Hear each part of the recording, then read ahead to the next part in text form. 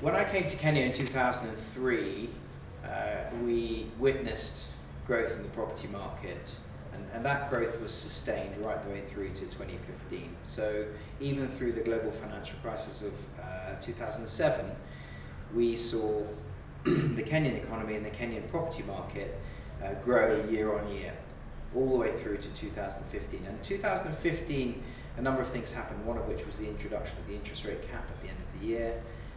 We saw the demise of Nakamat, various other macroeconomic issues that were happening at the same time. So 2016, I think, was the first year that we witnessed a slowdown in that economy, or in some cases a reversal of growth, negative growth. And 2016, that carried on through to 2017, and indeed through to 2018 as well. We had our elections, our double elections in 2017, so we assumed what would normally happen in an election year is we'd see a slowdown in the market, and then we'd see that market recover almost immediately afterwards. So 2018 we assumed would be a year of recovery, but that didn't actually happen.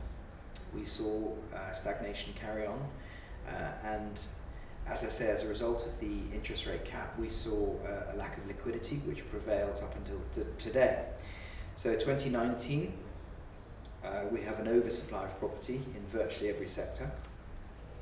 Some sectors worse than others, which has led to, in simple economics, if supply is greater than demand, then price drops because buyers or tenants or whatever have a surplus of choice, and so the landlords start competing for those tenants, or the vendors start competing for the buyers, and the way that they compete is to reduce price.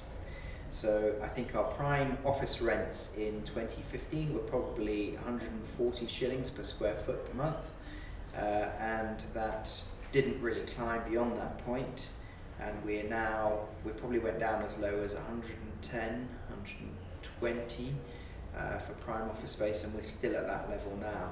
However, what happened was, since 2015, we've seen a slowdown of development of property. So although it looks like there's a lot of property still on the market under construction, there's actually a lot less than there was. And so we believe at Knight Frank that by the end of 2019 and during the year 2020, we'll start to see a reversal of that trend. So we'll start to see that growth come back as the oversupply is gradually absorbed by the market. So what you have to remember is that Nairobi is a regional hub, and as a result it's a two-tier market. So we have those tenants within the market who have their headquarters here for Kenya. They also have their headquarters here for East Africa, in some cases Central Africa, and in some cases, for example the BBC, they have their continental headquarters in Nairobi. So that demand is always there. Even when the economy is relatively stagnated. So as long as that demand is there, if you start slowing down on the supply, then the price will recover, and we believe that's what's starting to happen now. So, the demand that we get, which was in its prime probably 1.5 million square feet of office space a year in the prime sector, it's now probably down to 500,000 square feet. It's still enough to absorb that supply over time.